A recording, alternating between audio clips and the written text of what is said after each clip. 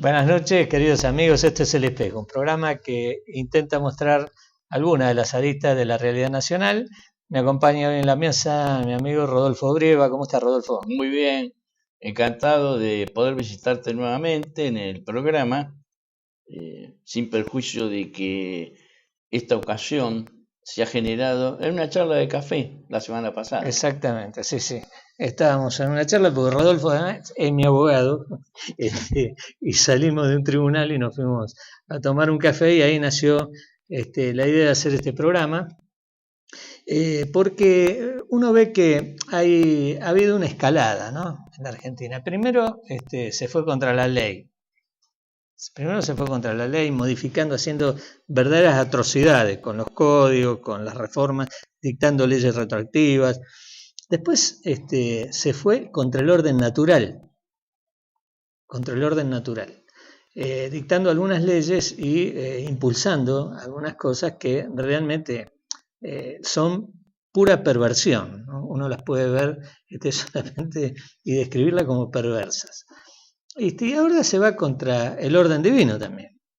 Exacto. Se va contra el orden divino porque ha habido una serie de profanaciones de templos católicos, y este país, le guste o no le guste a quien nos gobierne, a quien se siente en una banca de diputados del Senado, este país sigue siendo católico, de mayoría católica, sobre todo en el interior del país. Y es verdaderamente una vergüenza lo que he visto este fin de semana, mirando algunos videos sobre lo sucedido en San Juan, frente a la Catedral de San Juan, con estas bandas, entre las que está el Partido Obrero, Unidos y Organizados, La Cámpora, y algunas otras organizaciones, todas de izquierda, que en realidad, como no han podido cambiar la realidad económica del país, lo que intentan hacer es cambiar la realidad social.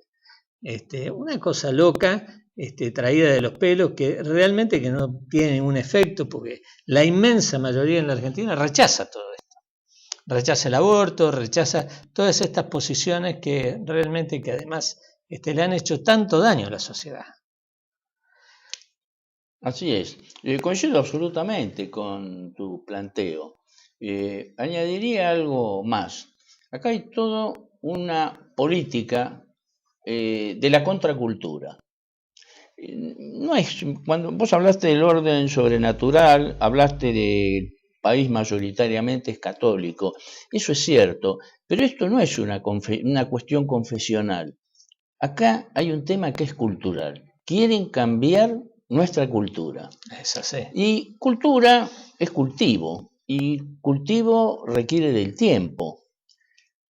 Nosotros no nacimos del huevito porque nos trajo la cigüeña.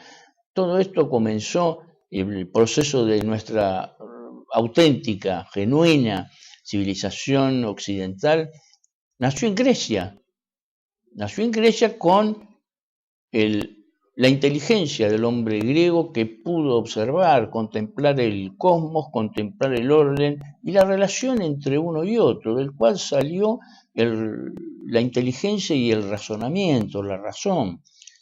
Se trasladó a Roma, que Roma le dio sentido político y jurídico a esta base cultural.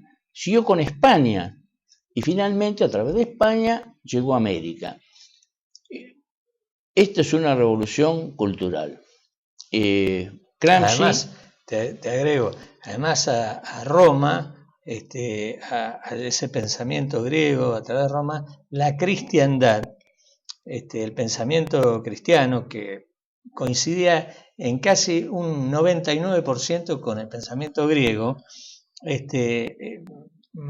modificó lo que era el mundo occidental y lo transformó en lo que conocemos, una sociedad donde se puede vivir, donde el respeto, el derecho a la vida, todo esto se fue incorporando con el pensamiento cristiano y se transformó en el occidente que nosotros conocemos, que es muy distinto al oriente y es muy distinto al resto del mundo. Exacto, sí, es así.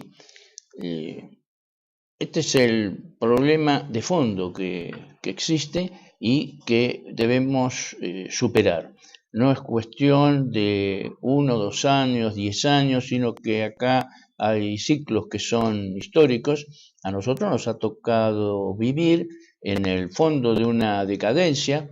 A lo mejor va a haber más decadencia todavía, y eso nos duele, nos molesta. Advertimos con ello la degradación del ser humano. Se cortan posibilidades de creación, de realización, y esto se ve a diario. Sí, y todo tiene que ver con todo, porque toda esta degradación tiene que ver con cómo ha ido avanzando en el occidente, sobre todo el consumo de drogas, cómo se ha ido posicionando, cómo ha ido creciendo. Y en el caso específico nuestro, de la Argentina, uno ve que cada vez la laxitud en el sentido de la represión del narcotráfico fue creciendo desde 1983, fue avanzando, hasta nuestro día, donde realmente no existe ninguna política del Estado para combatir este flagelo, que es terrible y que tiene una importancia hoy, diría, mayoritaria en la conflictividad social, sobre todo en los grupos más marginales, que tiene un impacto terrible el tema del narcotráfico. Así es. Mira, como bien lo señalás, el tema del narcotráfico es un tema político. Desde ya que acá inciden la acción policial, la acción de las fuerzas de seguridad, pero esta forma parte de la operatoria general. Si no hay una política, si hay una decisión política de combatir el narcotráfico, no va a suceder absolutamente nada como hasta ahora. Entiendo que el narcotráfico es un tema internacional y que debería ser solucionado o encarado en el orden internacional, lo cual es difícil por algunas razones que luego en todo caso vamos a conversar. Si no es así, a nivel regional, cosa que a la Argentina le convendría, dado los vínculos que existen y se han formado a lo largo de los últimos años con Brasil, con Venezuela, con Ecuador, etc. Mientras no haya una decisión regional, va a haber que acudir necesariamente a una política argentina, exclusivamente argentina. Se puede hacer. En los últimos años, de tanto en tanto, se habla, por ejemplo, de los radares, hasta que nos cansamos de hablar de radares. Luego se habla de la ley de derribos, consensos y disensos al respecto, pero ningún partido, sea el oficialista o los opositores, está planteando estos temas con seriedad. Últimamente la Iglesia Católica se ha ocupado del tema y ha generado una nueva ola, pero esta ola, si no hay decisión política, va a terminar muriendo en la playa. Sí, se queda en las palabras, ¿no? Exacto.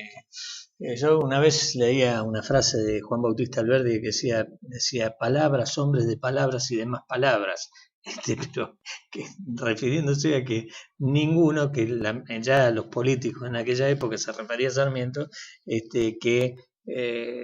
con palabras no se arregla la cosa, hay que pasar a aquel viejo dicho romano que decía renum non verbam, hechos, no palabras.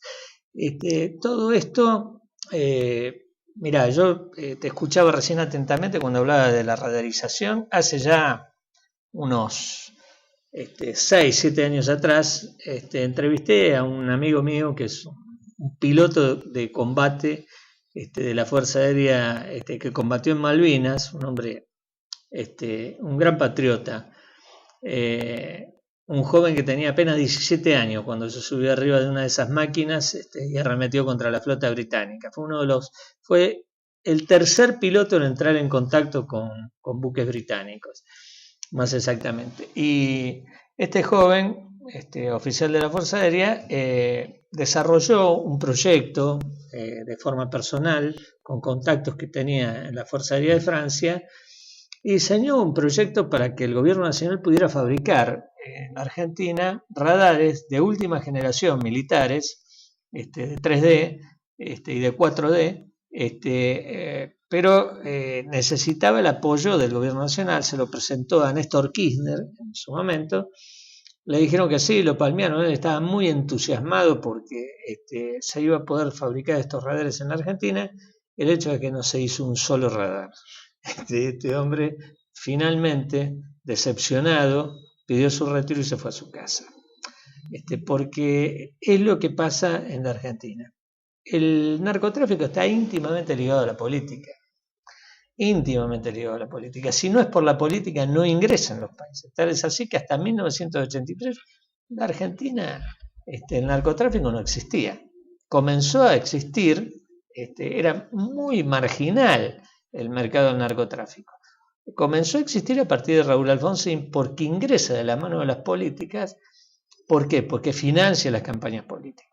En la campaña Menem presidente, alegremente, quien fue su recaudador principal, Mario Caserta, en un expediente que se le siguió, que fue a la cárcel y cumplió prisión Mario Caserta, por lavado de dinero del narcotráfico, que se le fue probado, contestó alegremente en el expediente que efectivamente que la campaña Menem presidente había sido financiada con dinero proveniente del narcotráfico, más exactamente del cartel de Sinaloa y de Santa Cruz de la Sierra. Más clarito, echarle agua. Sin embargo, a pesar de que esto fue publicado por los diarios, por el Diario de la Nación, por el diario Clarín, todo el mundo dijo qué barbaridad, pero no se hizo absolutamente nada. Y todas las campañas, por ejemplo la de Cristina, la campaña de Cristina, se sabe la vinculación del tráfico de efedrina con los cárteles mexicanos que financiaron parte de la campaña. El caso Ferrón, este muchacho que finalmente fue asesinado por un sicario, por un miembro de esa, no un sicario, sino un miembro de esa misma organización, que es un hombre del entorno del senador Aníbal Fernández. Es un tipo que tiene una relación con Aníbal Fernández y la ha tenido durante años, ha tenido relación con el RENAR durante este gobierno, y bueno, está probado que es el asesino de estos muchachos que los mataron ahí en General Rodríguez. Sí. Bueno, no solo ocurre a nivel nacional. Todo el mundo se hace el distraído y mira para otro lado, sobre todo los jueces que tendrían que investigar, hurgar, decir, bueno, instruir a las fuerzas policiales para que investiguen en ese sentido, a pesar de que las fuerzas policiales están enormemente influenciadas por la política, son manejadas por el poder político, no por los jueces. Pero de todas maneras, esto no ha tenido nunca un avance significativo, nunca se ha mostrado la verdadera cara de esto que está detrás de la política.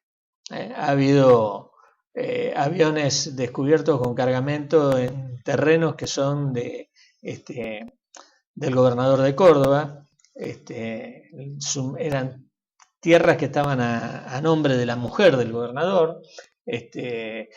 Se habla de muchísimas pistas clandestinas en Salta, Jujuy, Formosa, y la frontera es un queso gruyere. Bueno, todo esto se sabe, se conoce, ha tomado mucho estado público, pero de todas maneras todo permanece ahí oculto y en silencio. Vamos a ir a un corte y enseguida venimos, seguimos continuando con este tema tan importante.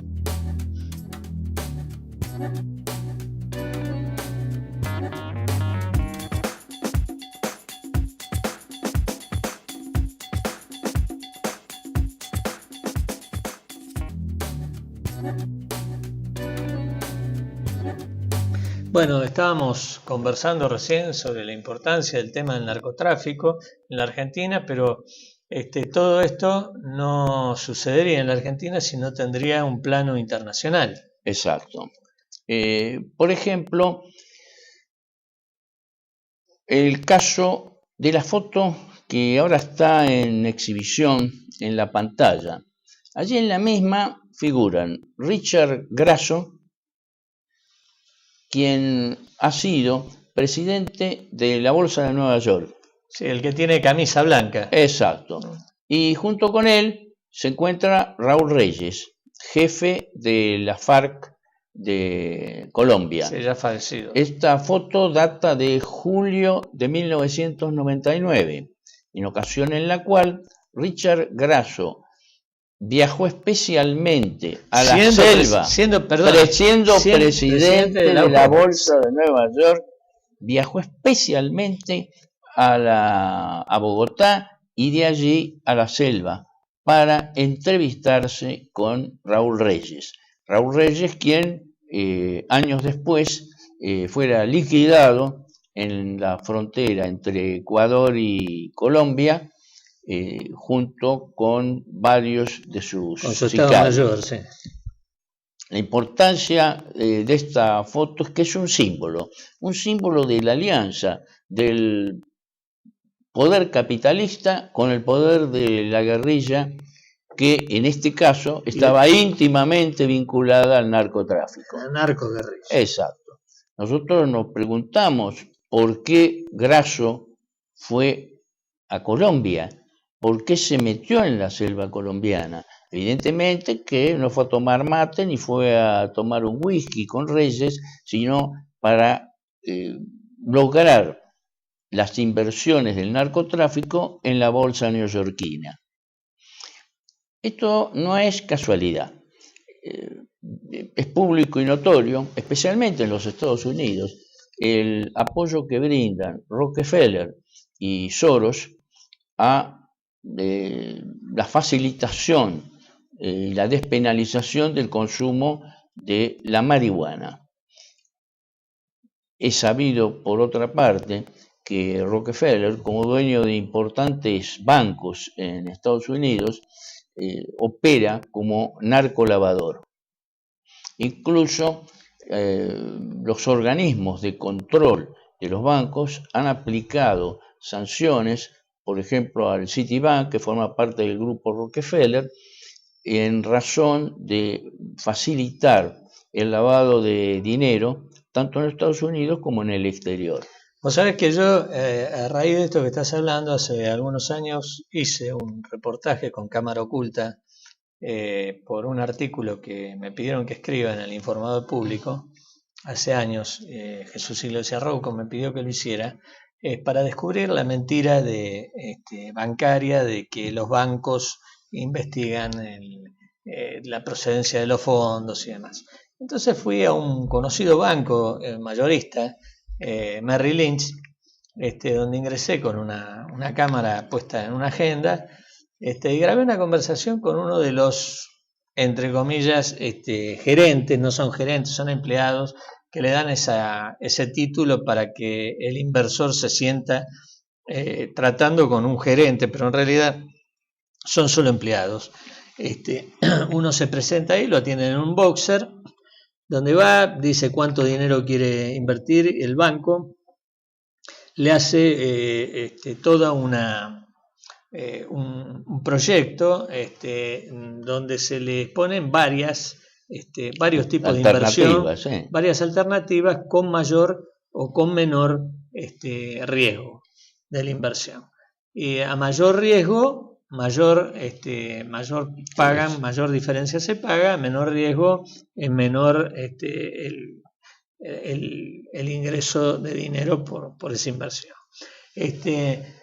En un momento de la charla, porque yo fui con una historia de que quería depositar $200.000 en aquella época, cosa que imposible porque tendría que robar un banco yo para tener $200.000.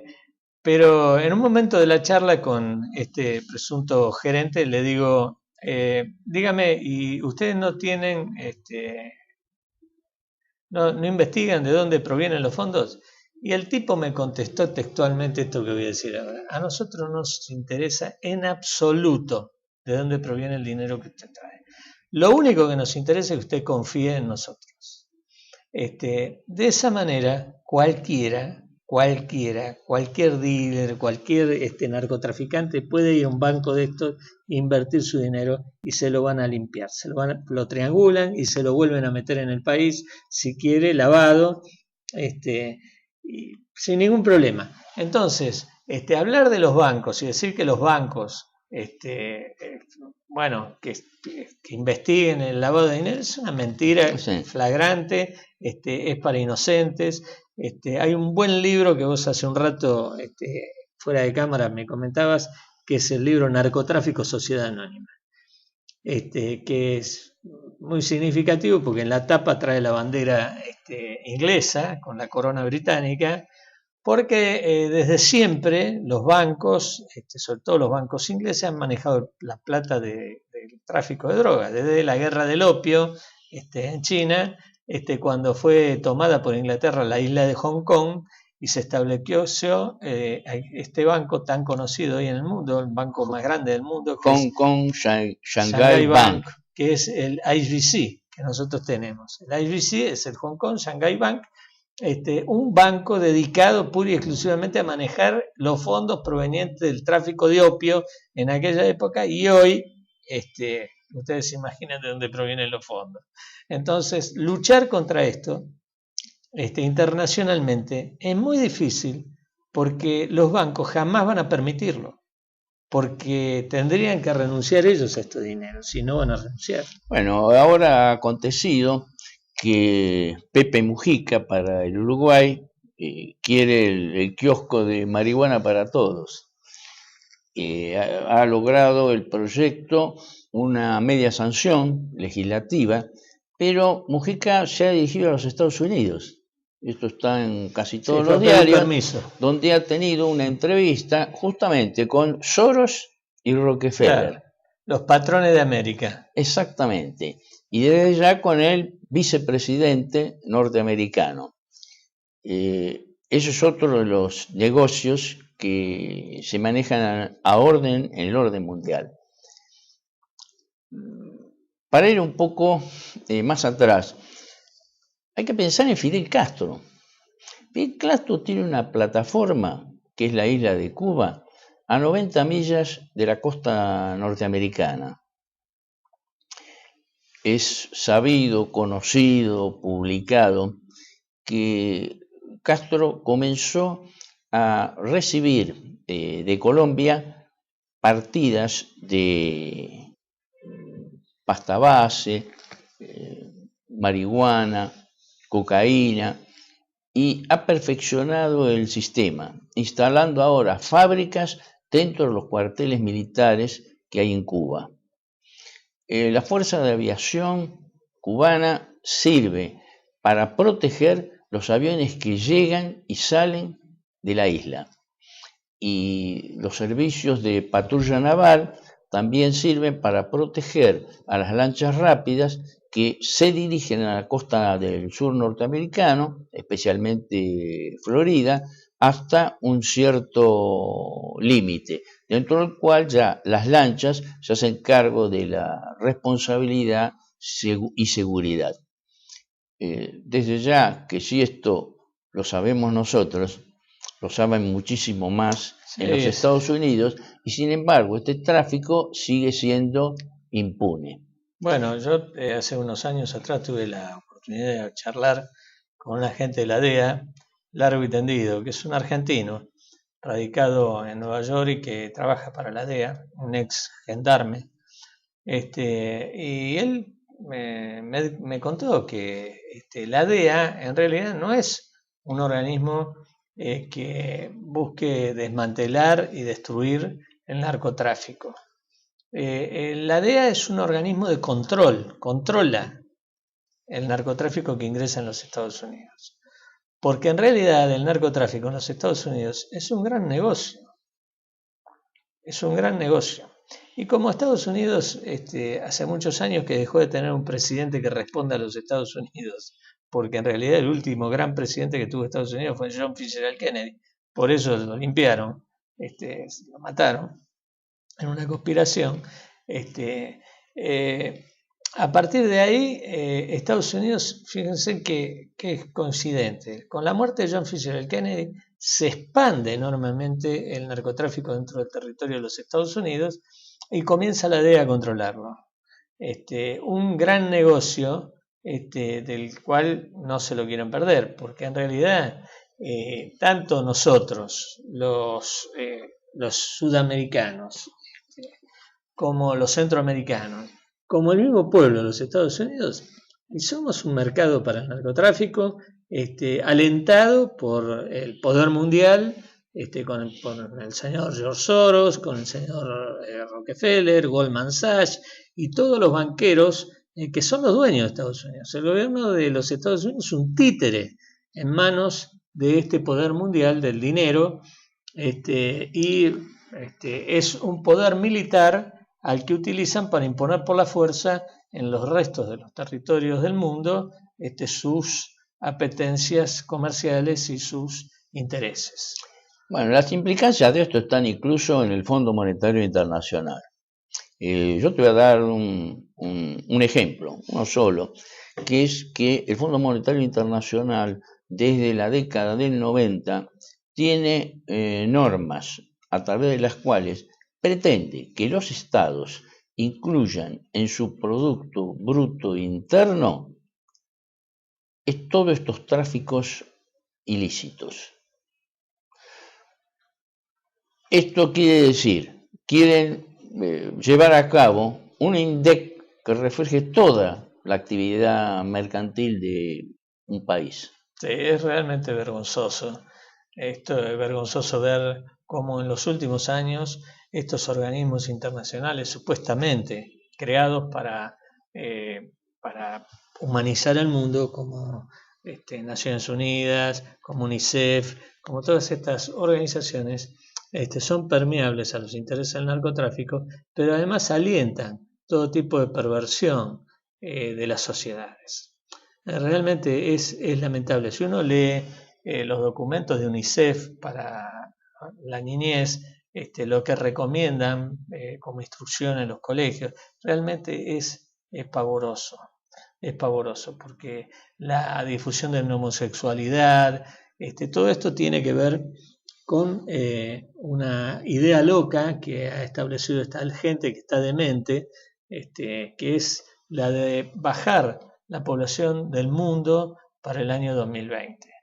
Hoy somos 7.500 millones más o menos de habitantes en el mundo, ellos quieren reducirlo a 500 millones. ¿Cómo lo van a hacer? Lo van a hacer con la difusión de la homosexualidad, con el aborto, con las hambrunas, con guerras civiles, porque es la única forma en reducir la población mundial de esta manera y en este número que ellos plantean. Pero además, hoy en día, con el flúor, han descubierto que agregándole mucha cantidad de flúor al agua potable, se esteriliza a las personas.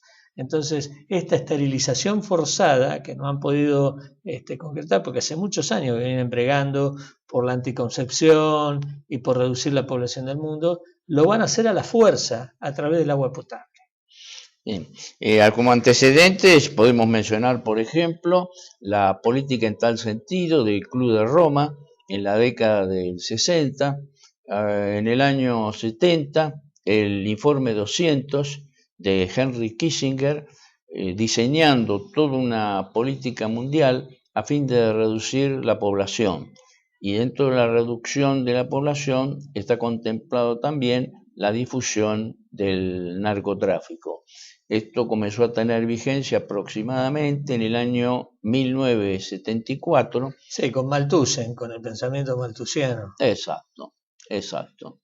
No es una novedad, es una política sostenida a lo largo de aproximadamente ya 45 años. Rodolfo, hay que decir que todo esto ha sido planificado a finales de los años 50, principios de los años 60, impulsado sobre todo después de la muerte de John Fitzgerald Kennedy, que es un nudo georgiano, porque en realidad a partir de ahí Estados Unidos tuvo piedra libre para utilizar todos los medios militares, los medios de inteligencia, todos los medios para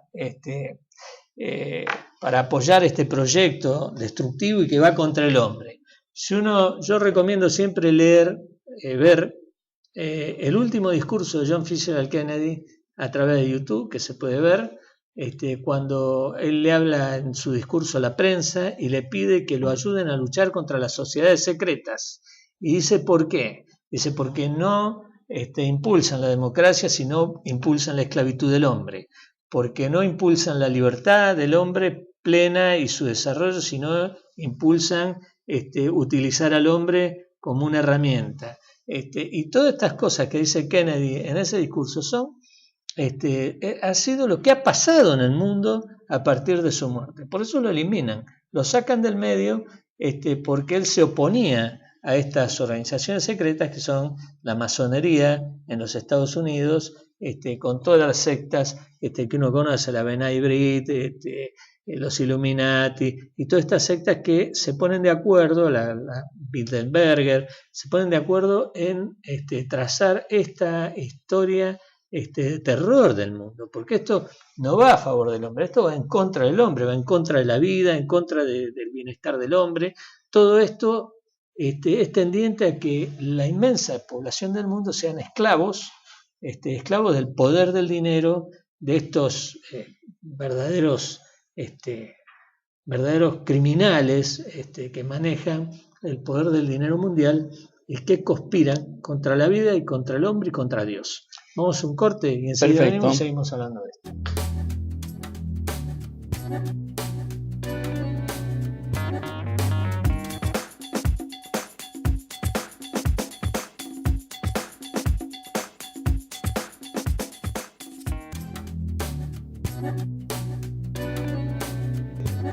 Bueno, estamos de vuelta y vos querías hablar del tema Rusia. Sí, del tema de Rusia. Hay una esperanza en el mundo. La esperanza no es Rusia, estrictamente, pero lo que está pasando con Putin, su premier. Él se opone a todas estas políticas provenientes del clan Kissinger, Soros, Rockefeller, el Fondo Monetario, el Banco de la Reserva Federal, o sea, las políticas mundialistas.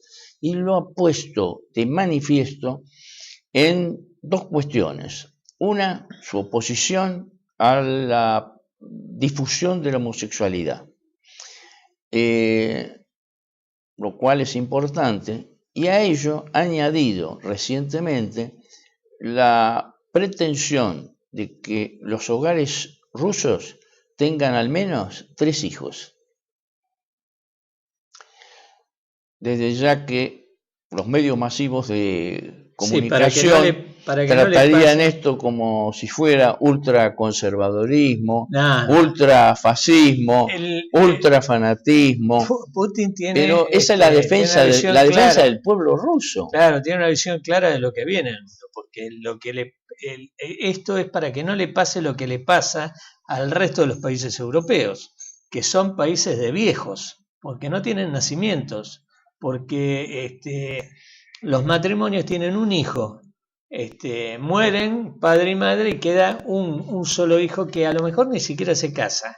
Entonces, la forma de no perder población, precisamente en un territorio tan grande como tienen los rusos, cosa que tendríamos que hacer nosotros también porque tenemos el mismo problema, es alentar las familias múltiples, porque solamente para evitar el envejecimiento de la ciudadanía se puede seguir este tipo de políticas, que es acertado lo que dice Putin. Para nada es una locura. Pero a pesar de que es acertado y que todo el mundo sabe que es correcto lo que está diciendo, claro, le dicen retrógrado, ultraconservador y todas estas estupideces con las que también suelen descalificar a quienes levantamos la voz cuando decimos que la Argentina es un país a poblar.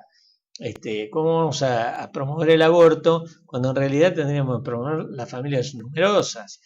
Porque no solamente debemos poblarlo con inmigrantes, con migrantes, tenemos que poblarlo con ciudadanos argentinos en lo posible.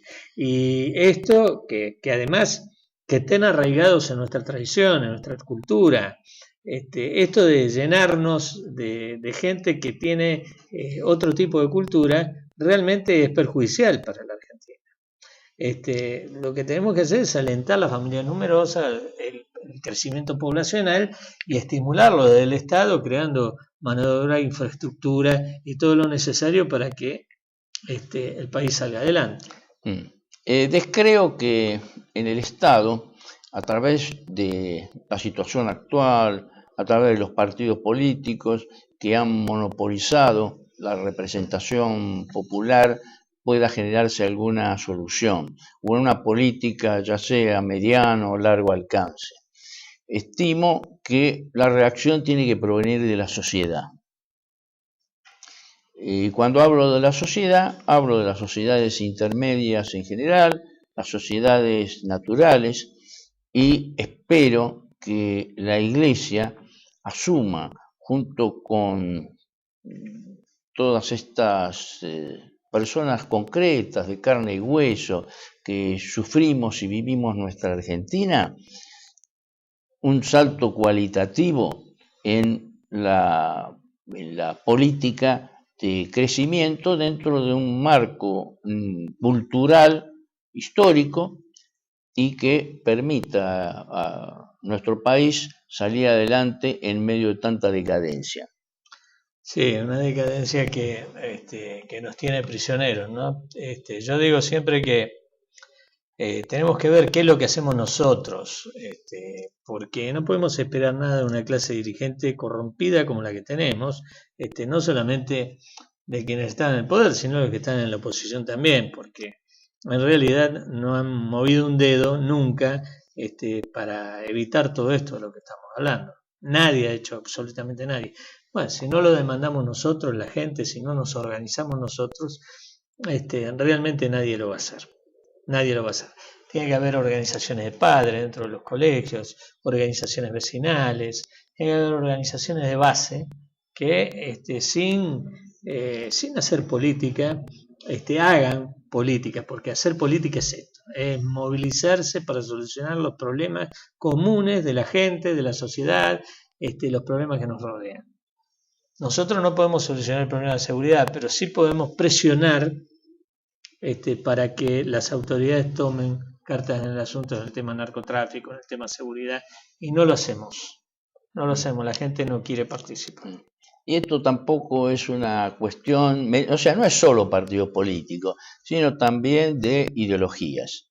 Las llamadas izquierdas sostienen la liberación de los pueblos, pero realmente con los casos que yo te he dado y hemos conversado, el caso de Fidel Castro en Cuba, el caso de la FARC en Colombia, el caso de Mujica en el Uruguay, todos son fuerzas de izquierda, pero en realidad no liberan al pueblo, lo someten.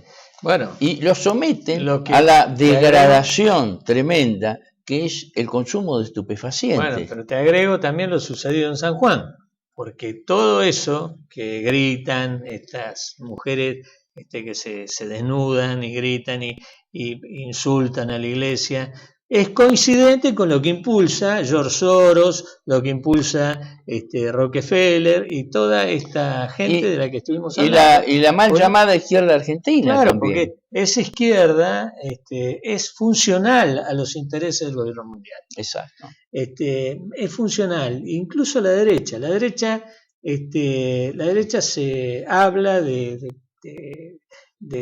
estar en contra de todo esto, pero en realidad la derecha no habla ni de nuestras raíces, ni de nuestra cultura, ni de nuestras tradiciones, y además desprecia al hombre humilde, desprecia al asalariado. Entonces, todo esto es funcional a los intereses internacionales. Desprecia la tradición, porque la derecha argentina en realidad no es derecha, es liberalismo. y así como hubo progresistas liberales en el siglo XIX, que fueron, por ejemplo, Mitre, que llevó la destrucción de las fuerzas nativas en el interior de Argentina, la liquidación de los caudillos federales del interior. En el siglo XX y en el siglo XXI se han puesto de manifiesto en una especie de progresismo socialdemócrata o marxista que sigue aquellos mismos lineamientos. Sí, Vos viste, no en vano, Marx estudió en Londres y estudió Adam Smith. Y Marx es continuador de la línea económica y ideológica de Adam Smith. Sí, seguro. Bueno, además, si uno mira retrospectivamente lo que ha hecho la izquierda, lo que ha hecho el liberalismo, por ejemplo, Sarmiento, que yo lo veo en el billete de 20 pesos, retratado enseñándole a unos paisanos con ponchos sentados, él odiaba eso. Lo odiaba. Si él en una oportunidad escribió de que había visitado Salta y que Salta era un pueblo totalmente atrasado, a pesar de que tenía muchos más años que la República, porque en Salta no vio ningún paisano con galera y levita. Él consideraba eso como adelantado, ¿no? Y verlo en el billete de 20 pesos retratado con paisano con poncho enseñándole, es un imposible porque él los odiaba, despreciaba al paisano, despreciaba lo que significaba el arraigo de la tierra, él despreciaba todo lo criollo porque decía que era todo esto significaba el atraso. Y fíjate, Sarmiento tiene aquella famosa frase: no hay que ahorrar sangre de gauchos para regar la pampa argentina. Exacto. Y este mismo concepto es el que vos recién te referías. Es el concepto de Ifrán en la provincia nuestra, en el norte, que le prohíbe a la gente tener agua. Es el mismo concepto. Es exactamente el mismo concepto. Y es la política mundialista. Porque la política mundialista, en tanto, el hombre, la concepción del hombre, es la del hombre descartable. Aquí hay que eliminar en pocos años 2.500 millones de habitantes en el mundo entero.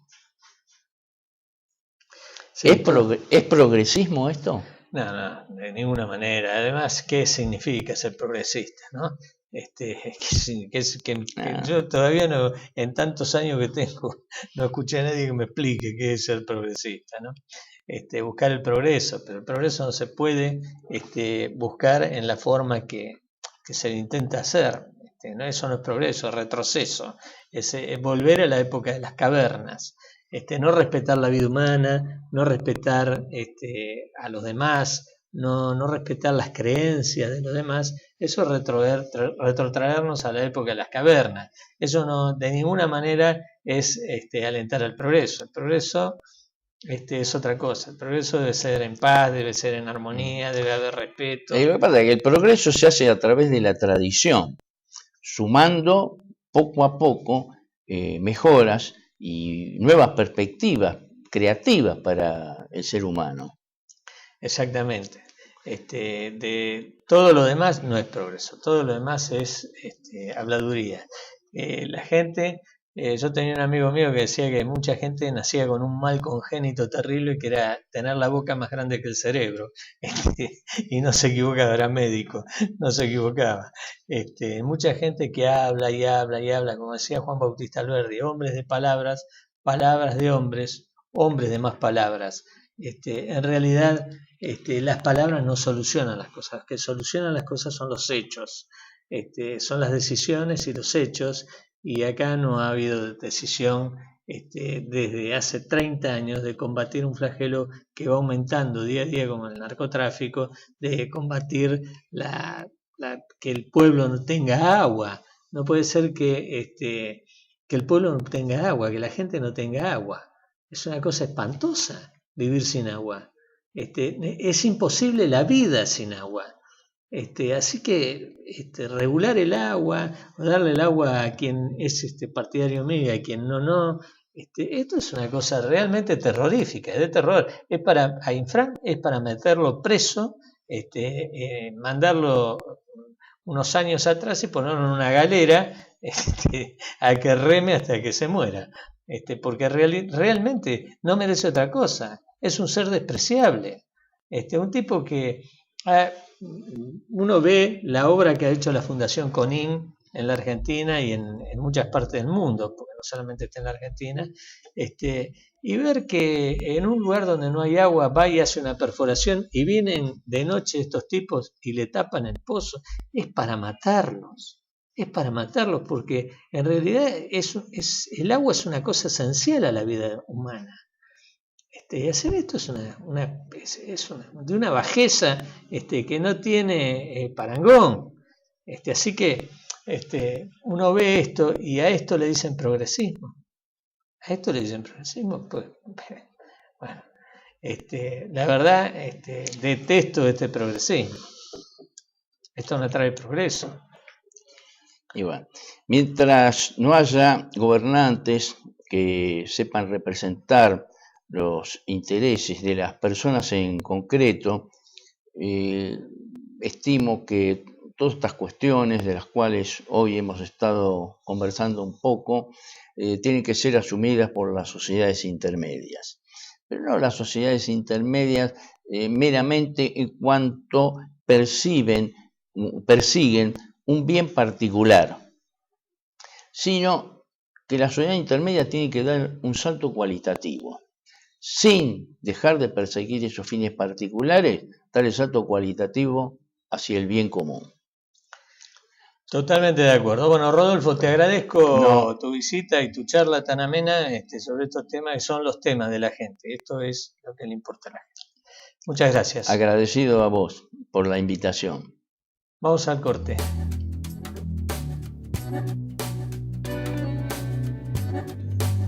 Bueno, estamos de vuelta.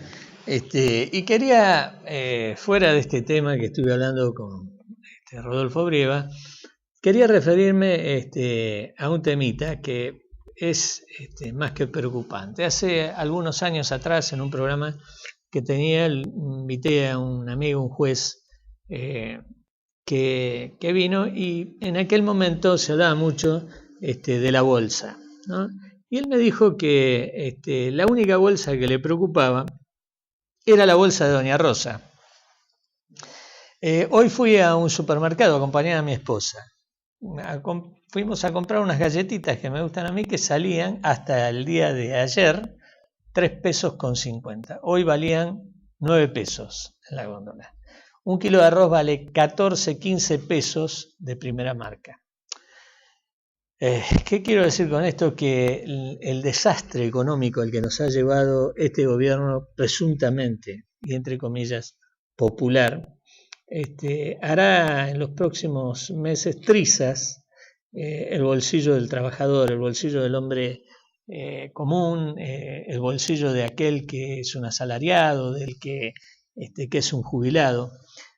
Será casi imposible comer, porque la inflación que viene es una cosa espantosa, no solamente en los comestibles, sino en el transporte, lo que viene, lo que se prepara para el aumento de los servicios, de luz, gas, etc., hará imposible la vida de muchísima gente, sobre todo los jubilados.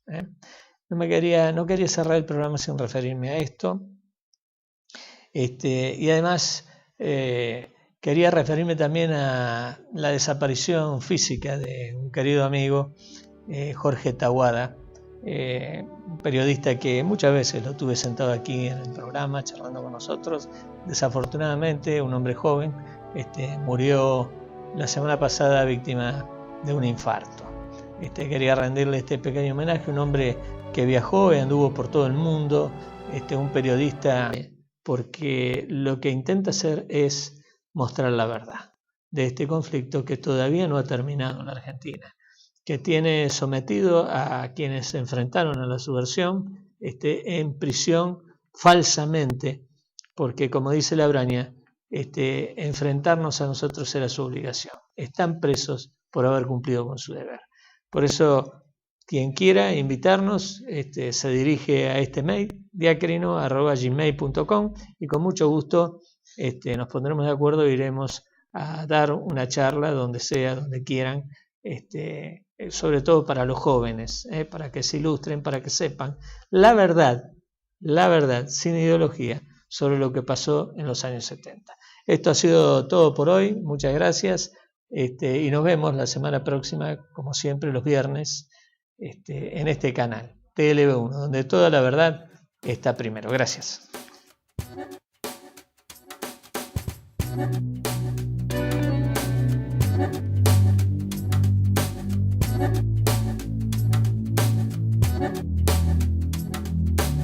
Thank you.